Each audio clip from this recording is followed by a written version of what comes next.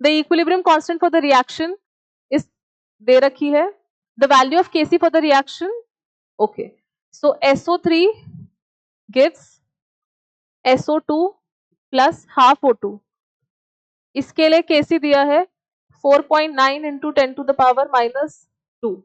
अब पूछा किस रिएक्शन के लिए है, 2SO2 plus O2 gives 2SO3, इस रिएक्शन के लिए equilibrium constant is been asked.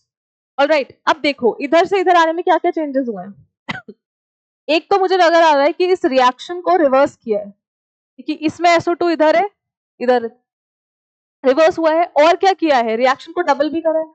तो जब रिएक्शन को रिवर्स करते हैं तो इक्विलिब्रियम कांस्टेंट क्या हो जाता है, रेसिप्रोकल हो जाता है। मतलब जो नया इक्विलिब्रियम कांस्टेंट है उस पुराने वाले को मुझे क्या करना पड़ेगा, अगर रिएक्शन को उल्टा करा है तो इक्विलिब्रियम कांस्टेंट डिवाइड में आएगा, दैट मींस 1 अपॉन में 4.9 इंटू 10 की पावर -2 होगा। और क्या इस रिएक्शन को नहीं लगता हमें 2 से भी मल्टीप्लाई करा गया है, 2 से मल्टीप्लाई करा तभी तो ये आया है, तो 2 से मल्टीप्लाई भी करा है और इनवर्स भी किया है, तो इसका मतलब इसका उल्टा भी होगा और इसका स्क्वायर होगा।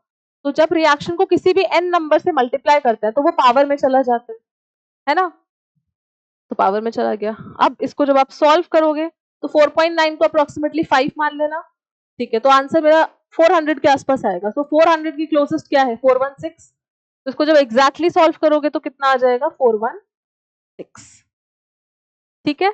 तो रिएक्शन को अगर n नंबर से मल्टीप्लाई करा है, फॉर एग्जांपल इफ आई से कोई रिएक्शन है ऐसी, इसका इक्विलिब्रियम कांस्टेंट है K, अब मैंने इस रिएक्शन को n से मल्टीप्लाई कर दिया, तो रिएक्शन का नया इक्विलिब्रियम कांस्टेंट क्या हो जाएगा, K की पावर n, ठीक है। इस केस में 2 से मल्टीप्लाई करा है तो 2 ऊपर चला गया। रिएक्शन अगर मैं ऐड करती, मान लो इन दोनों रिएक्शन को ऐड करके कोई तीसरी रिएक्शन निकालनी होती, तो इक्विलिब्रियम कांस्टेंट क्या हो जाता है उस केस में, मल्टीप्लाई।